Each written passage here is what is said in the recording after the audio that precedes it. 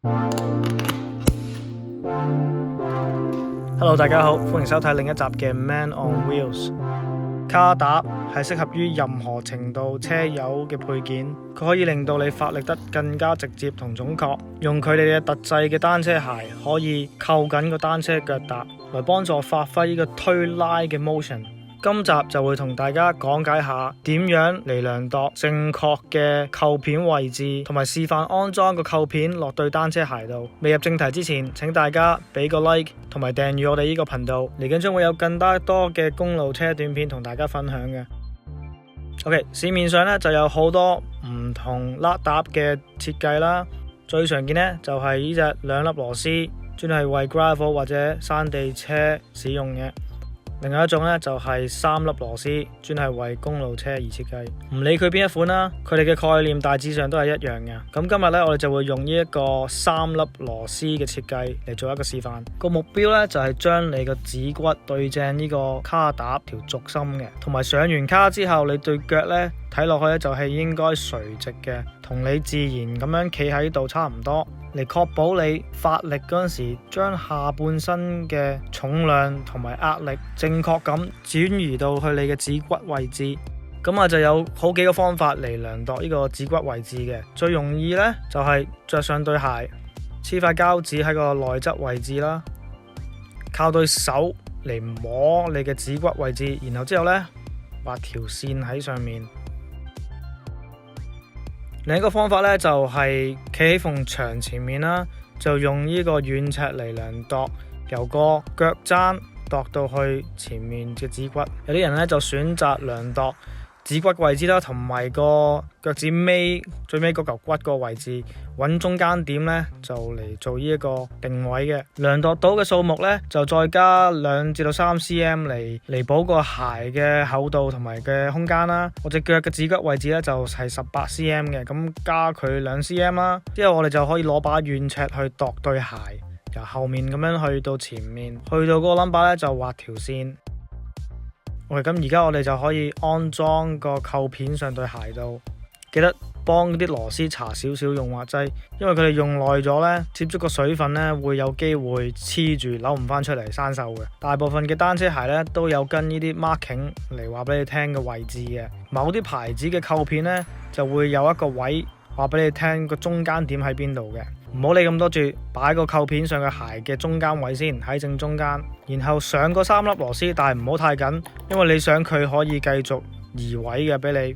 之後呢，我哋就要將呢個扣片嘅中間位置對翻頭先我哋畫嗰條線。OK， 搞掂啦。下一個步驟呢，就係調校佢嘅曲度。方法咧就係揾一張較為高嘅凳啦，個人坐上去，然後之後咧有得對腳就咁好自然咁凌空晾住。大部分人對腳咧通常都會向內屈曲少少，好似咁樣。通常左右都會有啲分叉嘅，所以咧要留意兩隻腳。我嘅左腳咧就好明顯係屈曲多啲嘅。OK， 咁而家我哋可以反轉翻我哋左邊嘅鞋。如果你對鞋冇嗰啲 marking 咧，你就可以加塊膠紙喺上面，跟住畫條線，咁樣就可以好容易咁睇到你嘅屈曲度。我嘅左腳咧係向右屈少少嘅，所以咧個扣片咧都要向右少少。咁而家咧就可以上緊嗰3粒螺絲啦。扣片咧都有跟唔同嘅 float， 即係上咗卡之後咧，佢可以移動幾多個角度先會落卡嘅。Shimano 嘅 SPD SL 系列咧就有3款俾你選擇嘅，黃色咧就係6度，藍色就係2度，紅色咧就係0嘅，完全鎖死嘅。咁大家要留意一下，如果你係用可以屈曲嘅，即係有 float 嘅款式咧，你想令到上完卡之後咧，你隻腳係左右屈曲嘅空間都係平均嘅。OK， 兩邊腳搞掂晒啦。頭先我哋計算出嚟嘅位置呢，可以話只係一個起點嚟嘅，係大概嘅啫。咁而家呢，就應該去試踩下，睇下舒唔舒服。最好就嚟一個短距離嘅試踩，最少30分鐘啦。如果可以室內踩仲好。你對腳呢，就自然會話俾你聽個位啱唔啱，舒唔舒服噶啦。如果你對腳前面嘅部位呢，即係腳板前面，即係腳趾嗰度啦，有少少麻嘅感覺或者過熱呢，咁你可以嘗試下將個扣片向後移少少，將個扣片移後通常都可以解決好多問題嘅。或者你對鞋太窄都可以構成呢一個感覺嘅，將個扣片移後呢都可以減輕膝頭哥嘅痛楚。如果你小腿嘅外側痛呢，就代表你個單車鞋向內屈曲得太多，你就可以將個扣片向鞋嘅內側嚟調校嘅。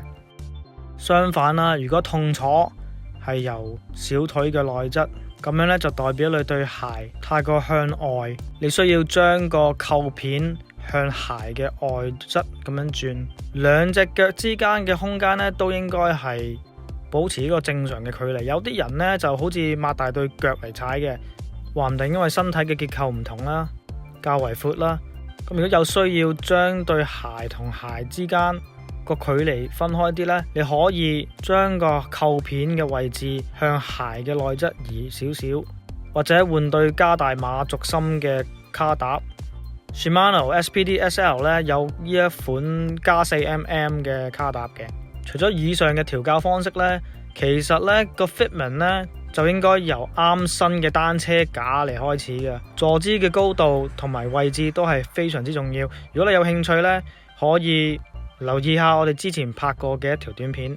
最後啦，如果對調校呢一方面呢，你自己冇乜信心呢，最好真係揾一個專業人士去單車鋪做一個真正嘅 bike fit。希望呢一條短片會幫到大家啦，記得俾個 like、訂閱同埋分享。今集就講到咁多啦，多謝收睇，下次見。